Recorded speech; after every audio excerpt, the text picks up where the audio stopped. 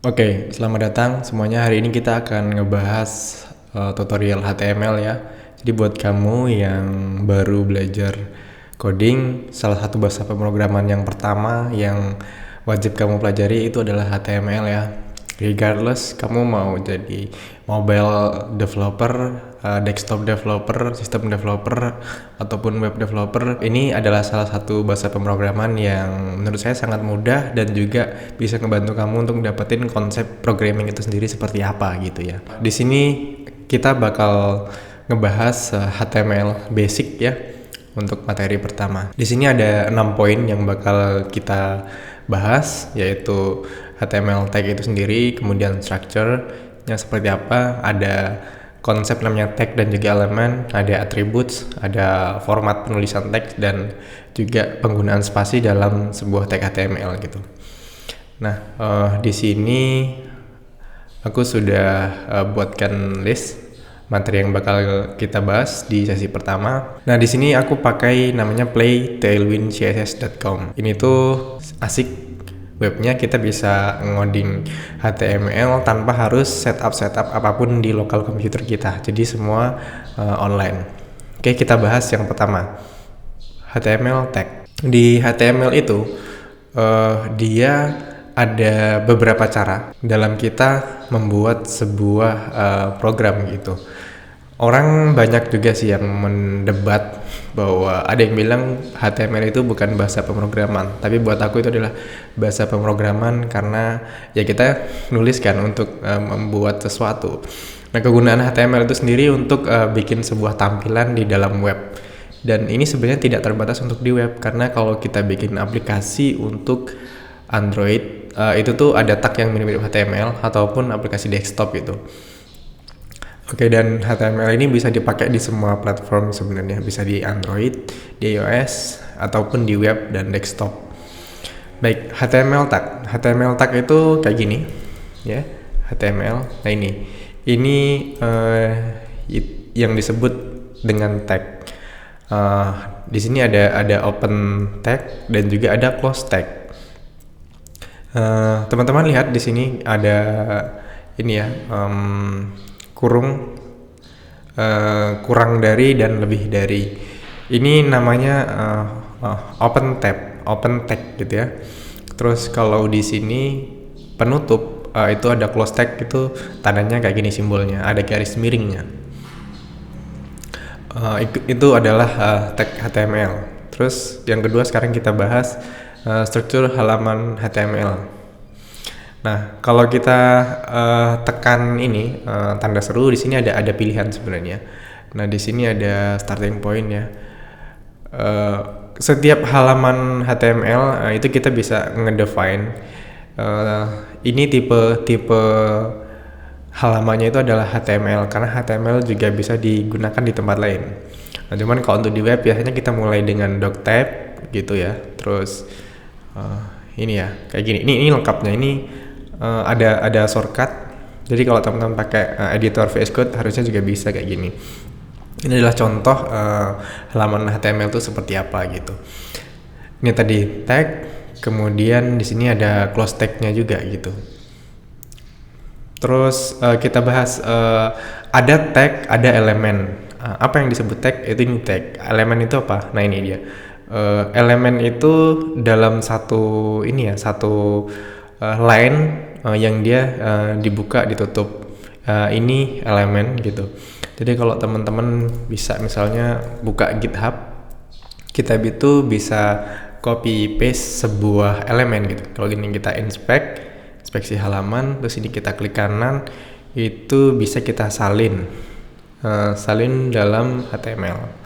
Nah, terus kalau kita paste di sini itu bisa. Itu inside kontennya. Kalau kita salin luar HTML, dia bakal masuk ke ini semua elemennya. Ini kebetulan somehow Firefox ngesetnya ke bahasa Indonesia. Tapi kalau kita coba di Chrome, kita buka GitHub, nanti kita bisa klik kanan di sini ya, misalkan inspect. kalau kita klik kanan kemudian copy, dia bakal ada tulisan copy elemen. Nah, kalau kita copy elemen ini, kalau kita paste di sini, nah itu dari A sampai kontennya juga gitu ya. Itu yang namanya elemen. Ya ini tag, kemudian semuanya ini elemen karena ada tag yang dia nggak perlu ditutup. Kalau literal ini ada pembuka, terus ada penutup kan. Nah itu. Terus sekarang atribut. Atribut itu segala properti yang ada dalam tag. Contohnya di sini ini ada meta. Ini meta tag ini dia nggak butuh closing. Sebenarnya kita juga bisa set kayak gini ya. Ini juga dalam satu tag gitu. Nanti kita bakal bahas tag apa aja yang bisa di close kayak gini doang, dan ada yang nggak bisa di close dengan cara gini, dan dia harus gini ya. Ini meta kayak gitu misalnya. Sebenarnya dia bisa juga. Nah, ini cara set UTF-8 ini tuh yang disebut dengan atribut. Ini yang disebut dengan atribut. Dan nanti kita bisa tambahin banyak atribut. Misalnya ini kita tambahin tag div, terus kita bisa buat halo, kita bisa tambahin atribut misalnya kelas dan bg black. Nah, dia backgroundnya black, terus tag white gitu ya. Nah, ini kita tambahin kelas ya. Kebetulan ini tuh kita belum masuk materi CSS. Nanti kita bakal bahas gimana caranya bikin CSS yang bisa ngasih warna, ngasih bentuk, kemudian ngasih posisi, yang nanti bakal membuat tampilan HTML kita lebih cantik kayak gitu. Itu yang disebut dengan atribut. Terus sekarang format penulisan tag. Nah, format penulisan tag itu kebanyakan dimulai dengan ya ini open tag dan close tag contohnya.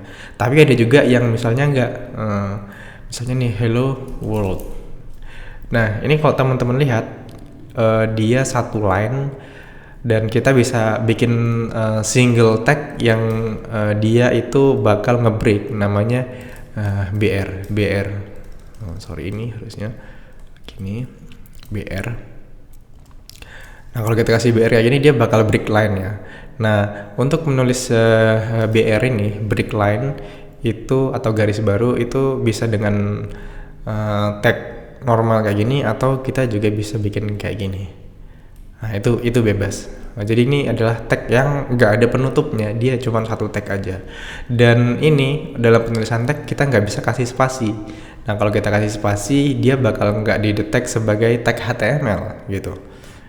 Jadi spasi itu hanya berlaku untuk konten di dalam HTML itu, tag HTML ya, elemennya. Ini baru bisa spasi. Dan kalau kita enter itu ini nggak bisa ngeformat enter, dia bakal dihapus dan dianggap nggak ada spasi gitu.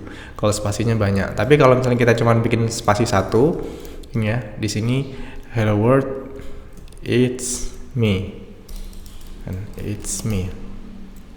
Nah, itu dia munculkan spasi. Cuman kalau kita enter, dia nggak otomatis enter.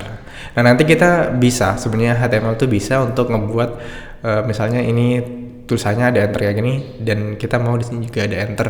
Itu bisa. Cuman nanti itu pakai CSS. Kita bahas di materi berikutnya. Oke. Sekarang kita bahas dokumen heading di HTML. HTML itu ada dua dokumen yang paling penting untuk di awal yang perlu kita pahami. Yang pertama tuh heading dan juga body. Sekarang kita bahas yang heading. Di heading itu ada 7 tag yang bakal kita bahas. Oke, sekarang kita ke editornya. Yang pertama title. Jadi kita bikin di sini dokumen type HTML, terus kita kasih HTML, kita close HTML ini. Dan nanti di sini bakal ada head, dan kita close dulu, dan selanjutnya itu ada body. Di head itu ada beberapa tag yang wajib teman-teman ketahui. Yang pertama itu ada title. Jadi title ini misalnya aku buat Ahmad Rosid ya. Jadi title ini gunanya untuk ngasih judul di dokumen HTML kita yang nanti bakal dimunculin di sini. Nih, seperti sini ada Tailwind Play. Kalau teman-teman buka di sini ada website Kalau di inspect elemen, di sini ada head, kemudian ada title. Ini ada Ahmad Rosid. Kalau misalnya Ahmadnya aku hapus nih jadi Rosid aja. Nah ini dia bakal berubah jadi Ahmad Rosid. Kalau aku balikin jadi Ahmad lagi, dia berubah kan. Nah itu tag title. Sekarang kita ke script. Nah script ini sebuah tag yang dimana kita bisa gunakan untuk nambahin HTML script di JavaScript di HTML page kita. Misalnya di sini alert hello gitu. Nah sayangnya kalau di Tailwind ini script ini nggak work. Cuman di sini aku udah siapkan sebuah HTML. Ini kalau misalnya aku open index.html, ini muncul nih hello. Jadi scriptnya dieksekusi, terus ini judulnya dirubah jadi Ahmad Rosid. Nah itu untuk script. Selanjutnya itu ada no script ya. No script ini sebuah HTML tag yang bakal dieksekusi ketika page HTML ini bakal dibuka di Android ataupun di iOS. Nah di sini kita bisa kasih conditioning, misalnya kalau misal di load tanpa script, kita mau kasih tampilan background dari HTML ini bakal jadi black gitu kalau nggak dikasih gitu, kalau nggak di enable JavaScript-nya. Nah biasanya ini ketika di case dimana HTML kita ini di load di Android atau di iOS yang dia di disable JavaScript-nya. Oke itu. Nah sekarang kita bahas yang tag selanjutnya, yang keempat, namanya itu link. Nah link ini itu biasanya untuk digunakan untuk ngeload CSS ya. CSS, kemudian kita di sini perlu kasih rel style sheet ini. Nah kalau ini kita copy di sini, terus kita bikin app.css, file CSS, terus di sini kita buat body, background color, ini kita buat misalkan aqua, terus kita open lagi index.html-nya. Oke. Dia bakal ngasih ya, misalkan body di sini kita kasih hello. Kita load di sini, dia nggak muncul. Untuk itu ini aku udah siapin HTTP server. Itu biasanya kadang-kadang dia nggak jalan ketika kita buat kayak gini nggak di web server. Sekarang coba lagi. Oh iya salah, bukanya itu harusnya localhost 8080. Oke. Masih nggak jalan lagi ya. Kenapa ini? Kenapa video CSS misalkan dibuat color jadi red. Coba reload lagi. Oke. Iya. Itu intinya itu untuk ngeload CSS. Nanti kita bakal ada materi pembahasan CSS sendiri ya. Ini bakal banyak juga. Oke, sekarang kita balik ke sini lagi. Jadi untuk awal-awal itu nggak perlu dipraktekin, nggak apa-apa. Cuman di sini teman-teman biar tahu. Yang kelima itu ada style tag. Style tag itu ya kayak gini ya. Jadi teman-teman bisa bikin style gini. Oke. Nah, terus di sini misalnya bisa bikin itu body, background color red. Nah, dia berubah jadi merah gitu. Atau misalkan aqua. Nah, kayak gini ya. Aku suka warna aqua nih. Nah, itu style tag. Nah, sekarang kita mau bikin base tag. Jadi base tag ini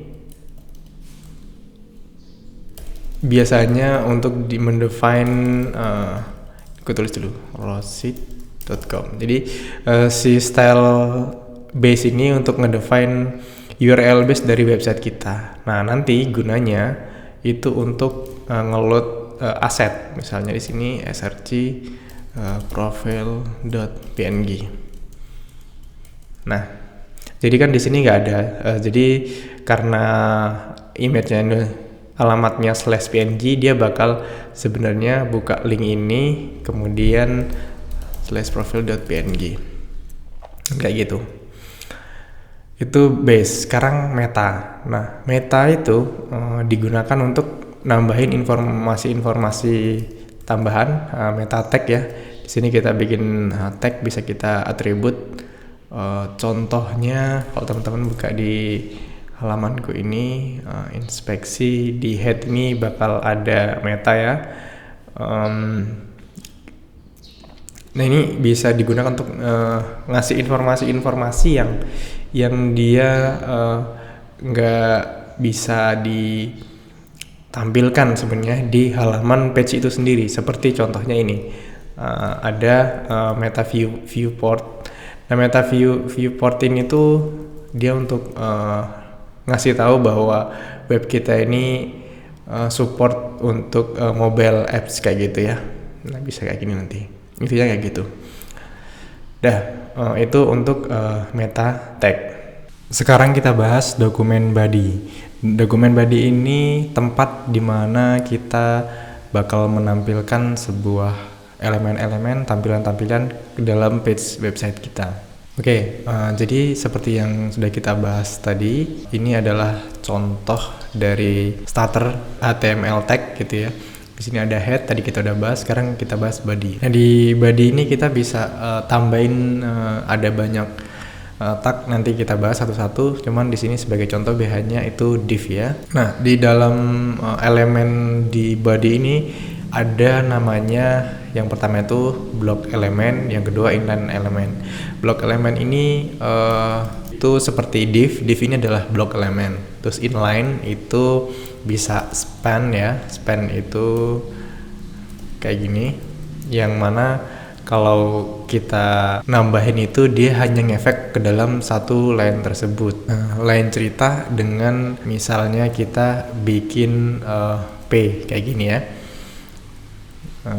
halo, terus P lagi. Dia notice kan teman-teman, ini kalau kita nambahin inline element dia bakal nambahin teks di sampingnya, tapi kalau kita pakai P dia bakal new paragraph ya. P itu adalah singkatan dari paragraph. Kalau di sini tambahin P lagi, terus ini P lagi, ini dia bakal selalu bikin paragraf baru. Jadi cara ngebuat elemen ini itu yang bener P itu ya, dia di halaman di line baru gitu ya. Itu si P ini adalah block elemen, terus si span ini itu inline element ya. Terus nanti kita juga bisa sebenarnya rubah aturannya. Jadi si inline, si block elemen itu kita buat jadi inline juga bisa. Sekarang kita bahas untuk teks untuk tag. Tags untuk teks. Ya, itulah pokoknya. Nah, di sini tuh ada macam-macam ya, sekitar 10 lah, 10 lebih banget, ada banyak banget. Ini gimana caranya kita bekerja dengan teks, ngeformat teks gitu. Kita bahas. Yang pertama itu ada P. P itu adalah stand for paragraph. Jadi di sini teman-teman bisa ya bikin sebuah paragraf dengan P. Terus selanjutnya itu ada span. Nah, itu biasanya digunakan tuh untuk nambahin kontainer untuk sebuah tag dalam paragraf. Nah, ini misalnya hello, terus ini span kita buat word kayak gitu ya. Terus habis ini P gitu. Jadi penggunaan span itu kebanyakan di dalam tag paragraf atau link. Nah, di sini tuh kita bisa nambahin misalnya BG Cray 100 gitu ya. Jadi atau 400. Jadi nambahin background kayak gitu kira-kira. Itu untuk span ya. Habis itu di span itu dalam P juga kita bisa nambahin break line, jadi BR kayak gini, dia bikin line baru. Oke, terus ini heading. Nah, heading ini tuh ada H1. Jadi ini untuk title.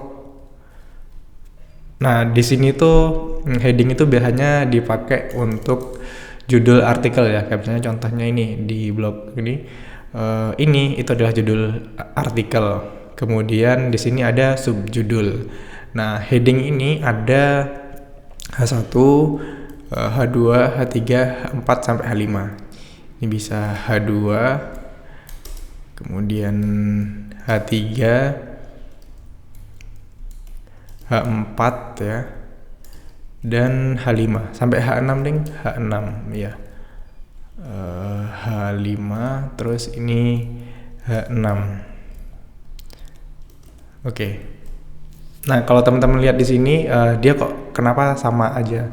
Nah, ini kalau sebenarnya kita buat di contohnya di sini ya. Di sini kita tambahin heading itu tadi. Terus kita buka halaman ini. Nah, di sini bakal berubah nih. Nah, jadi semakin kecil, title-nya juga semakin kecil. Jadi kalau di Tailwind ini tadi dia nggak ke format karena emang formatnya tuh di reset gitu. Jadi kita bisa tambahin custom format sendiri. Cuman by default dia bakal muncul kayak gini ya. Itu heading. Terus habis itu ada strong tag. Nah, kalau kita misalnya you must watch misalnya ya. Ini dalam sebuah paragraph tag kita bisa bikin ini jadi strong. Dia mirip-mirip dengan span tadi, cuman strong ini dia lebih kayak ngebikin bold, tagnya jadi bold gitu, jadi tebal. Itu strong. Terus ada IM. Nah, IM ini kalau kita cobain gini, IM. Jadi dia lawannya dari strong, jadi dia smooth, dia garis miring sebenarnya gitu. Terus ya biasanya ini dipakai untuk quotes kayak gitu. Yes, it's me. Lah kayak gitu lah kira-kira. Terus abis strong ada lagi horizontal line namanya HR kayak gini. Nah, HR itu dia bikin satu garis kayak gini. Jadi teman-teman kalau mau bikin garis atas sebuah paragraf bisa pakai HR kayak gini. Dan dia mirip dengan BR. Kalau BR itu kan break line ya. Kayak ini tadi dia break line bikin line baru. Tapi kalau HR tuh horizontal line. Habis itu ada kode blocks. Nah, di kode blocks itu biasanya ada pakai pre. Nah, di pre itu kita bisa tambahin kode gini ya. Nah, di sini pun kita bisa bikin apapun teks apapun di sini. Jadi lihat teman-teman dia bakal bikin kode. Nah, ini gunanya untuk apa sih? Itu nanti untuk bikin kode kayak gini ya. Nah, cuman kalau mau dibikin warna-warna, ada background, kemudian bentuknya kayak gini, itu nanti ada cara lain kita bahas di next tutorialnya ya. Terus habis itu ada list. Nah, list itu ada beberapa macam. Yang pertama itu ada unordered list ya, jadi UL. Jadi unordered list itu nanti bisa item 1.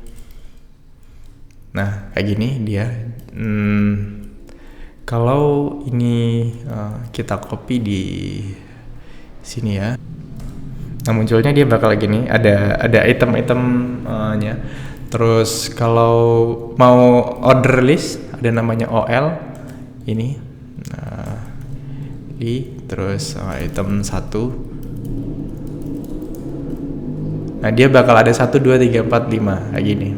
Jadi order list gitu. Nah, itu yang biasa sering digunakan untuk list. Terus ada tag-tag yang lain ini menarik. Ini kalau teman-teman mau bikin heavy formatting untuk teks. Yang pertama itu ada mark. Mark ini itu gunanya untuk ngasih spidol kayak gitu ya di sebuah teks, kayak ngasih spidol. Nah nanti itu penggunaannya bisa kayak gini. Misalnya aku buka sebuah web namanya grab.app. Ini mesin pencari, terus dia nanti bakal nge-highlight sebuah tag. Kalau di sini aku ketik HTML, nah dia bakal ke-highlight. Nah itu nanti kayak gitu penggunaannya. Terus habis itu ada in. Nah ins ini tuh bakal ngasih kayak garis bawah di sebuah teks gitu. Terus ada lagi namanya del. Kalau del dia bakal ngedelete, ngasih garis di tengah-tengah tagnya. Terus selanjutnya ada lagi sub top. Nah jadi itu dia bikin teksnya tuh di atas kayak gini. Terus ini adalah kebalikannya, namanya sub bottom. Nah dia bakal naruh teks di bawah kecil gitu. Penggunaannya bisa nanti misalnya A, misalnya nih ya, kita buat span A, terus span, terus di sini kita bisa sub n times 2 misalnya kayak gitu ya. Nah jadi ini kayak gini ya bentuknya dia. Oke, terus habis itu ada lagi small. Small itu ya bikin huruf kecil. Nah dia huruf kecil kayak gini. Terus ada I itu italic ya, jadi miring, hurufnya jadi miring. Habis itu ada B itu bold, mirip-mirip dengan strong tadi, kayak gini. Ini harusnya sip, nah gini. Nah dia bold. Oke, itu untuk tag HTML untuk memanipulasi teks gitu ya. Sekarang kita bahas links. Jadi links ini adalah salah satu hal yang sangat powerful kenapa web itu bisa setenar saat ini gitu. Semua orang pakai web gitu. Jadi zaman dahulu web itu dibuat untuk menghubungkan satu informasi terhadap page yang lain ke informasi yang lainnya gitu. Dalam membuat link di HTML itu kita pakai namanya A. Jadi ini adalah sebuah links. Nah, untuk menentukan alamatnya itu di mana, itu kita bisa buat seperti ini. Pakai atribut href, terus ahmadrosid.com misalnya ini ya. Ini kalau teman-teman klik linksnya, dia bakal buka halaman baru kayak gitu. Nah, tapi kalau teman-teman lihat ini kita klik, dia selalu buka halaman baru. Nah, kita juga bisa buat kalau misalnya ini targetnya kita rubah jadi NT, dia bakal buka halaman baru ya. Kalau ini aku klik, dia buka halaman baru, dan aku klik lagi, dia bakal di sini. Tapi kalau misalnya ini ku rubah URL-nya, dia tetap ngereload page yang sudah dibuka dengan konten yang berbeda. Nah, ini gunanya target gitu. Dan link itu bisa kita taruh di H1 misalnya. Nah, title artikel, dan kita bisa hanya misalnya mau buat linknya di sini dan hanya di kata-kata artikel ini dia bisa diklik. Nah, jadi dia bakal kayak gitu. Tapi kalau kita klik title dia nggak bakal mau. Nah, teman-teman lihat ini kursornya dia berubah jadi ada tangannya ketika kita hover ke artikel kayak gitu. Jadi kita bisa juga buat kayak gitu. Atau misalnya gambar kita kasih link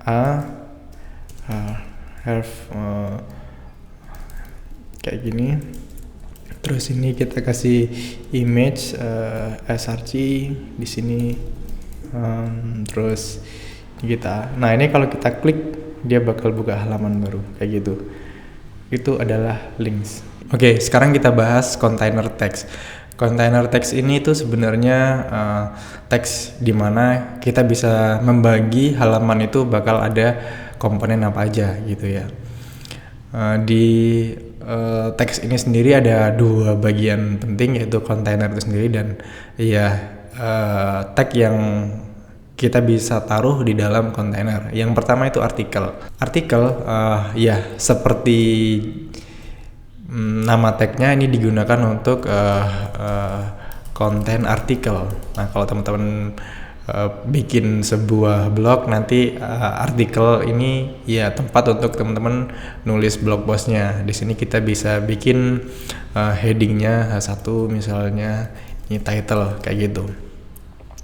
Dan itu sebenarnya nggak wajib, cuman maksud adanya dibuat artikel ini adalah ya untuk penempatannya nulis artikel gitu. Dan ini teman-teman kalau misalnya artikel ditaruh di dalam div gini juga bisa sebenarnya gitu. Cuman dia normalnya, bagusnya, aturannya div ini harusnya di dalam artikel. Nanti konten artikel apa aja yang dibutuhkan apa aja nanti ditaruh di dalam artikel itu. Kemudian setelah itu ada section. Ada section. Nah, penggunaan section ini sebenarnya untuk membagi halaman kita ada apa aja komponennya. Sebagai contoh, ini ada website Tailwind UI. Kita lihat tampilannya, ini rame banget. Dan sebenarnya ini dia dibagi menjadi 3 bagian sebenarnya. Ada header, kemudian ada main landingnya. Jadi ini kayak iklannya di sini. Terus di sini ada section. Nah, section ini tuh di sini untuk penjelasan konten-konten yang ada. Terus habis itu ada session lagi. Di sini tuh ya kita bisa kasih konten lagi, dan yang terakhir itu ada footer. Footer itu yang paling bawah kayak gitu. Nah, ini kita buat misalnya ya ini bisa dikasih H1, kemudian name. Orang-orang biasanya tuh selalu bikin pakai div gitu ya. Ini tuh kita pakai div tuh sama aja.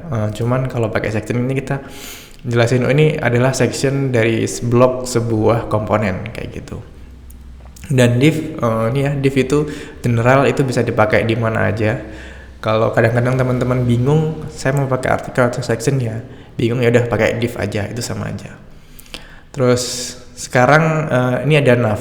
Nah, nav itu sebenarnya mirip-mirip dengan div dan juga section dan juga artikel. Cuma di sini biasanya penggunaan nav itu untuk navigasi. Sebagai contoh di Tailwind UI di sini ada header, terus di sini ada nav. Nah, nav itu untuk menu paling atas nih. Nah, kalau kita highlight di sini dia untuk menu atas ini kayak gitu. Itu nav. Terus sekarang ada asset. Nah, asset ini tuh biasanya dipakai untuk bikin ini sidebar. Nah, kayak di sini tadi elemen di samping ini namanya aside gitu. Terus di sini kita bisa bikin div atau section ya gitu. Intinya ya konten sidebar kayak gitu sih biasanya penggunanya kayak gitu. Terus habis ini header.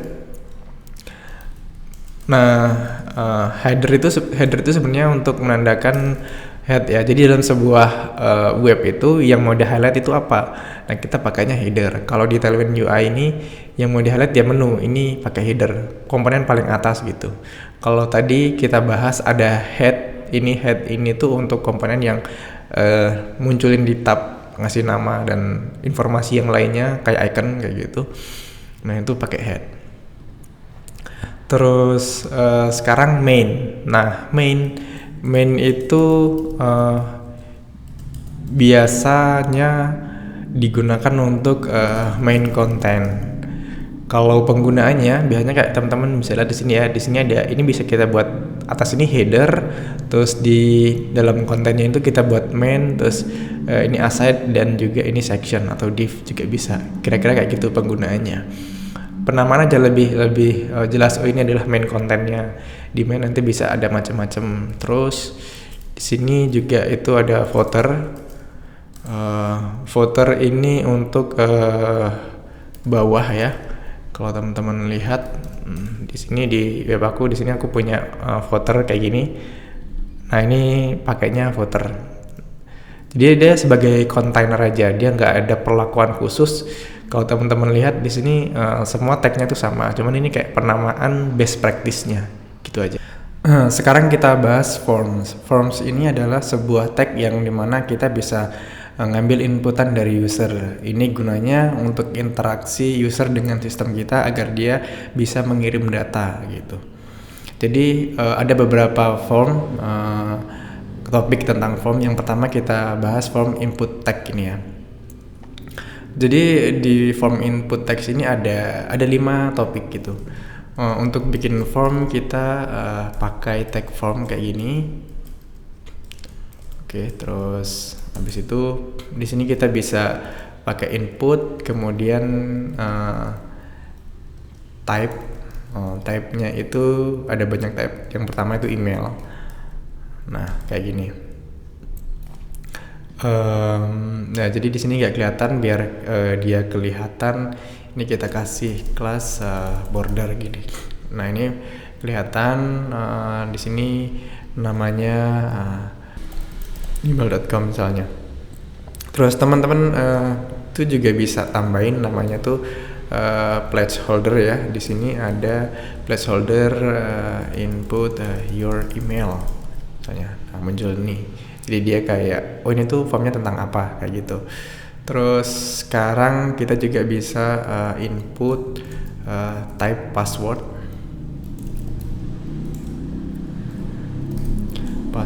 Terus ini kita kasih border juga, placeholdernya your password gitu.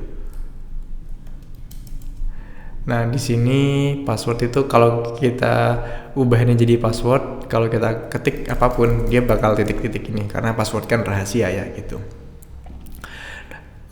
Terus kita juga bisa input type number ya, number. Terus ini jadi dia ada 1 2 3 4. Ini kita kasih kelas border. Kita juga placeholder number gitu. Ini bisa dirubah 1 2 3 4 atau di sini bikin, nah ini kayak gitu ya. Terus jadi ada ini bedanya gitu. Nah, kita juga bisa input type hidden. Jadi ada kalanya kita perlu nambahin sebuah tag yang itu dia nggak perlu ditampilkan ke user ya. Ini contohnya. Nah, ini type-nya itu hidden ya, hidden. Terus kita bisa kasih name, user ID gitu. Jadi yang lain juga bisa dikasih name. Jadi intinya menandai sebuah input itu atributnya itu untuk field apa. Ini kalau kita buat hidden dia kan nggak muncul di sini ya. Terus default value. Nah, ini kalau kita bikin default value dia bakal muncul. Dan kita juga bisa bikin input type itu submit.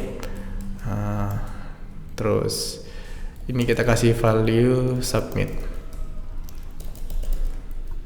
Nah, value submit ini tuh kayak button gitu, button untuk kita submit formnya kayak gitu. Itu untuk input form. Sekarang kita bahas form validation. Jadi kita nggak bisa mempercayai bahwa user telah memberikan datanya tuh secara valid, secara benar gitu. Untuk itu kita bisa ngasih validasi gitu ya. Yang pertama di sini kita sebelum submit kita mau semua data ini sudah tervalidasi, terfilter, terisi gitu. Untuk itu kita bisa bikin namanya required gitu. Ini juga bisa dibuat required. Nah, ini kalau kita klik sekarang dia bakal muncul. Ini wajib diisi misalnya kan, oke, tambah 1 deh. Ini 1, terus kita klik lagi ya itu. Dia karena number udah ke submit tuh. Cuman kita mau buat ini yang hidden nggak perlu kita required ya. Kita mau bikin email dan password required juga gitu. Nah untuk itu reload dulu. Ini kalau kita klik sekarang, ini suruh ngisi, submit, masukkan email ahmad@gmail.com. Nah oke, sekarang ini password QASD kayak gitu katakan satu. Nah itu baru bisa ke submit dia. Oke, itu untuk validation. Kita juga bisa pastikan tambahin satu validasi, yaitu patternnya regex. Nah ini simple. Jadi misalnya nih di password, kita pengen user itu masukin password yang dia ada huruf abjad ya, alfabetik gitu, A sampai Z, A kecil atau A besar sampai Z besar kayak gitu. Dan kita mau minimal itu ada 6 aja gitu. Nah, di sini misalnya kita buat ahmad@mail.com, terus di sini 1 2 3 4 5 6. Kalau kita submit dia bakal gagal. Tapi kalau misalkan kita buat A B C D E F G, dia bakal bisa. Oh ya, ini minimal ya cuma 6 doang. Nah itu baru bisa. Sekarang kita bahas form fields. Jadi di form itu ada banyak field ya, dan teman-teman bisa pilih sesuai dengan kebutuhannya. Ada setidaknya itu 9 field tipe input form yang teman-teman perlu tahu gitu ya. Sekarang kita cobain. Oke, yang pertama itu adalah file upload. Jadi kalau mau bikin form yang teman-teman usernya itu bisa ngupload file, itu pakai tipenya tuh file kayak gitu. Caranya kayak gini. Nah ini kalau diklik dia bisa milih sebuah file dan dia nanti dapat informasi file yang diupload gitu. Terus kita juga bisa bikin input type button gitu. Terus di sini kita bisa kasih value sama button katakanlah gitu. Dan ya ini kita bisa bikin backgroundnya kayak gitu kira-kira, misalnya nanti bisa di styling. Terus selanjutnya bisa juga namanya input type radio. Terus ini name-nya color, terus value-nya red katakanlah gitu ya. Dan dia bakal muncul kayak gini. Radio ini tuh kayak pilihan ganda sih intinya teman-teman. Ini kalau misalkan kita buat jadi blue, nah dia kalau dipilih salah satu, yang salah satunya tidak terpilih kayak gitu. Terus misalnya tambah satu lagi ya, green. Nah cuman di sini kan dia nggak ada penjelasannya ya. Ini tuh radio button yang itu value-nya bakal apa. Kita bisa gunakan namanya tuh label. Label itu cara bikinnya gini, dia harus ditunjukkan label itu untuk tag yang mana. Yang pertama misalkanlah katakan red gitu ya. Nah di sini si input ini kita tambahin ID namanya red. Terus yang ini blue. Terus yang ini ID-nya itu green. Nah sekarang kita bisa tinggal ini kita kopas, terus tinggal dirubah aja si ini dibuat blue, terus ini juga diganti green. Nah sekarang diganti blue, terus ini green. Nah dia bakal muncul kayak gitu. Teman-teman juga bisa tinggal rubah kalau ini mau di sini. Jadi setelah bulat-bulatnya itu baru muncul tagnya, tinggal di rubah aja kayak gitu. Red, blue, green kayak gitu. Nah kalau misalnya colornya ini diganti ya, dia bakal nggak kepilih. Jadi ini si red dan blue ini kan sama nih. Nah tapi kalau si green kita pilih, yang ini tetap kepilih, dia nggak berubah karena dia name-nya itu berubah, beda gitu. Itu yang perlu diperhatikan teman-teman kalau mau ini nanti berubah. Oke, terus habis itu ada namanya checkbox ya, input type checkbox. Dia itu mirip-mirip dengan si radio button tadi. Misalnya tuh kita kasih name option, terus ya sama kita kasih label lagi. Kita buat option 1, terus ini option 2, ini option 1, ini juga option 2. Nah di sini kita kasih ID option 2, di sini ID option 1. Nah nanti kalau si checklist ini, kalau dia itu name-nya sama, dia tetap bakal kepilih salah satu. Nah kalau radio ini tadi dia pilih salah satu, jadi yang option, yang checkbox bisa pilih semuanya. Kalau radio itu pilih salah satu, gitu ya. Jadi kalau teman-teman butuh ngasih pilihan yang si user bisa multiple choice gitu, pakai yang checkbox. Sekarang date. Date itu ada macam-macam ya. Sementara kita komen dulu. Input type ini date. Jadi kalau teman-teman mau buat si user bisa milih tanggal, itu simpelnya bisa kayak gitu. Dan ini juga input type-nya ini bisa misalkan month gitu aja. Jadi cuman misalnya ini dia mau pilih month-nya aja, itu misalkan 8, itu juga bisa. Udah, terus sekarang yang color picker. Nah untuk teman-teman mau input color juga bisa, nanti kayak gini, dan kalau diklik dia muncul pilihan warna kayak gini misalnya ya. Ini native sesuai dengan sistem operasinya, nanti di Windows beda dengan Mac. Kebetulan aku pakai Mac, dia muncul ini color pickernya. Terus teman-teman juga bisa ngasih input range, input type range gitu. Nah by default dia bakal input range-nya itu 50%. Kita juga bisa bikin min misalkan 20 kayak gitu. Sorry. Ya, value-nya default-nya tuh 20%. Nah teman-teman juga bisa kayak gini. Nah itu yang range. Sekarang input type ini telepon. Nah input type telepon ini ya untuk nomor HP gitu ya. Nah ini kita buat placeholder no HP. Nah di sini nanti untuk masukin nomor HP. Terus yang terakhir itu input type, dia bisa URL, your URL misalkan. Nah ini kayak gini. Nah nanti ini ya untuk input URL. Jadi semua itu sama-sama dengan input, cuman teman-teman perlu mengetahui ini apa aja, sehingga teman-teman nanti jadi tahu, oh kalau saya mau user input data telepon berarti tipenya tuh telepon, kalau URL, kalau color atau option atau text atau button kayak gitu ya.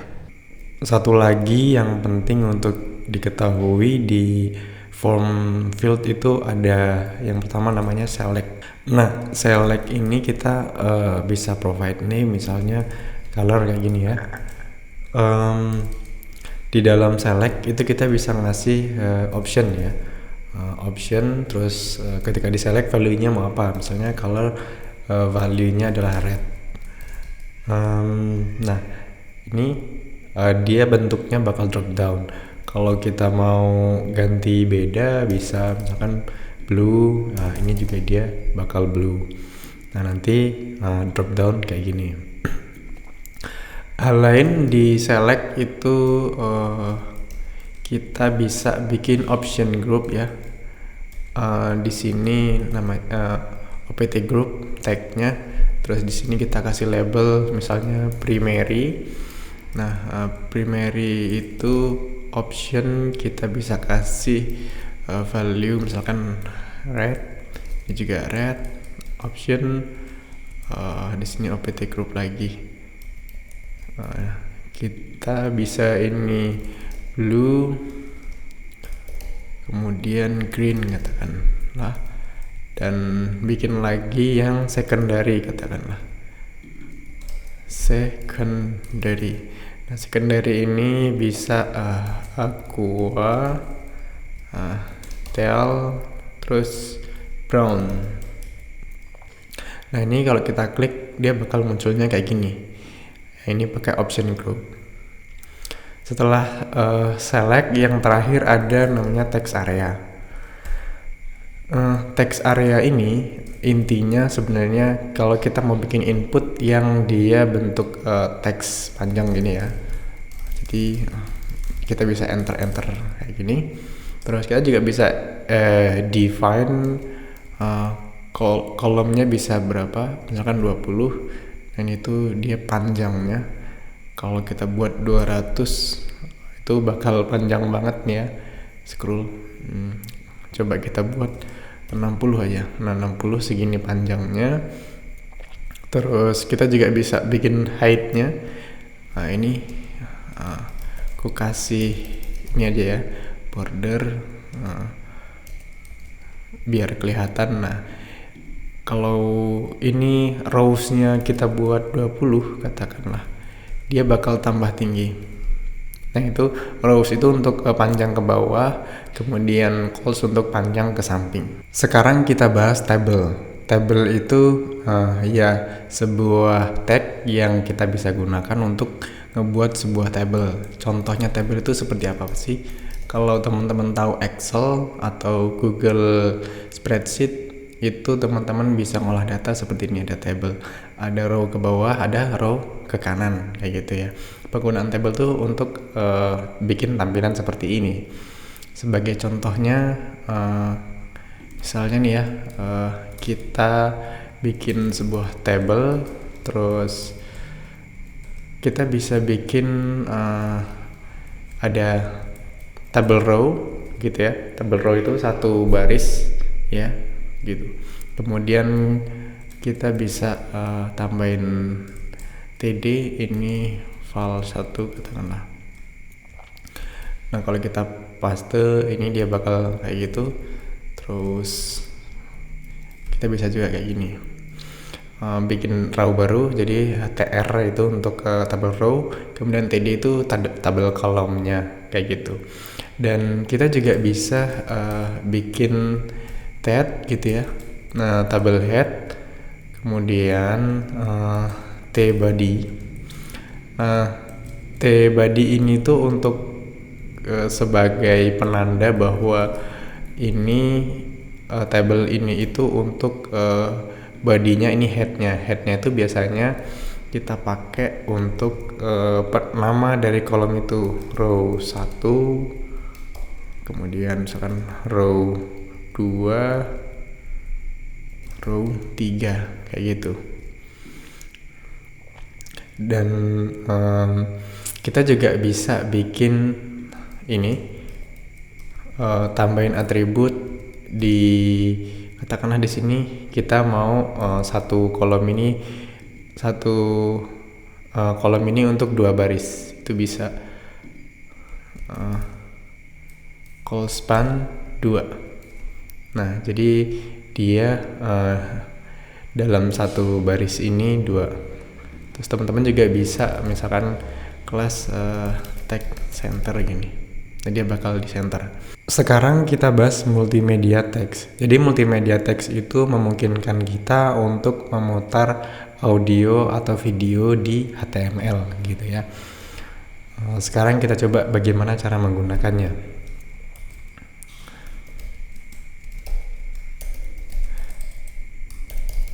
Di sini ini contoh cara ngeload audio ke HTML. Cuman sayangnya di sini dia nggak muncul ya indikator kontrolnya. Untuk itu kita bisa munculin controls ya. Nah, kalau muncul kontrol kayak gini dia bakal kelihatan indikatornya. Nah, kalau kita klik dia bisa bersuara kayak gini ya. Dan kita juga bisa buat ini autoplay ya, nggak ada kontrolnya dan dia autoplay gitu.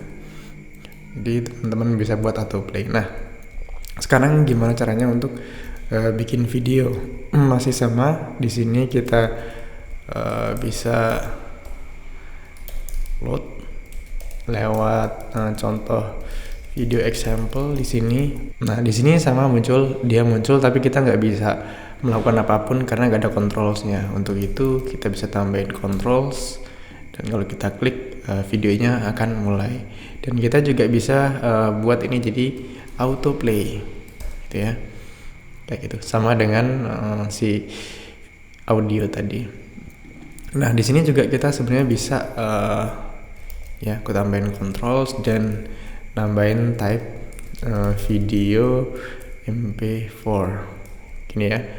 Jadi karena kita ngeload MP4, kita bisa kayak explicitly atau dengan jelas ngedefine tipenya apa. Nah ini nggak bisa MPEG gini, kadang-kadang suka nggak support gitu untuk di beberapa browser. Jadi teman-teman pastikan kalau bisa sediakan tipenya apa, tipe datanya. Di sini MP4. Terus di audio juga gitu sebenarnya. Kita bisa tambahin type-nya di sini audio, itu MP3. Nanti audio kan ada beberapa macam ya. Nah, kayak gitu. Nah begitu caranya menggunakan multimedia tags di HTML. Sekarang kita bahas frame. Frame ini adalah sebuah tag yang memungkinkan kita untuk mengembed halaman lain di dalam satu halaman kayak gitu. Sebagai contohnya begini ya. Misalnya di sini aku udah bikin satu page ya. Di sini isinya kontennya kayak gini. Terus ini kalau misalnya aku buka servernya, contohnya dia bakal kosong, tapi kalau kita tambahin ini iframe src page.html, dia bakal munculin kontennya di sini. Nah nih, ya kalau ini kita rubah from other page katakanlah gitu. Ini kita reload. Oke, dia harus di hard reload ya, Ctrl Shift R gitu. Oke, ya itu untuk ngeload page dari halaman HTML lain. Dan kita juga bisa pakai iframe untuk ngeload dari web lain. Misalnya di sini aku ngeload halaman ini. Nah, itu bakal keload nih ya. Nih muncul di sini. Dan kita juga bisa specify width-nya, misalnya di sini aku buat 600, terus height-nya aku buat 500. Nah, jadi segitu dia tampilannya. Itu untuk iframe. Kita juga bisa nge-embed iframe dengan src doc. Jadi katakanlah ini H2 hello from src doc. Terus ini kita close frame gini. Nah muncul ya. Nah notice teman-teman, kalau misalnya kita bikin ini H2 sendiri, dia tuh munculnya kayak gini. Cuman kalau di iframe itu, ini kan di page ini tuh sudah ada CSS-nya ya sebenarnya, basic CSS yang di-apply oleh Tailwind. Tapi kalau kita pakai iframe, CSS-nya tuh bakal di delete gitu ya. Jadi dia kayak ini kosongan gitu. Jadi semua style-stylenya nggak bakal keload dengan src doc gitu. Sekarang kita bahas gambar. Jadi ini yang terakhir untuk sesi video tutorial HTML kali ini. Jadi gimana caranya ngeload gambar ke HTML. Tadi sebenarnya aku udah beberapa kali sempat singgung ya. Caranya itu gampang. Yang pertama ya kita pakai tag img gitu, kemudian src. Di sini kita bisa misalkan doc.png gitu. Cuman karena di sini kita mau pakai contoh gambar yang asli, kita bisa ambil dari sini amatorsi.com profile.png. Dari sini bakal muncul. Kita juga bisa specify panjangnya berapa, misalkan 100, height-nya juga 100 kayak gitu. Ya, itu simpelnya untuk nampilin image gitu. Sekian, mudah-mudahan bermanfaat. Sampai ketemu di video berikutnya. Dadah.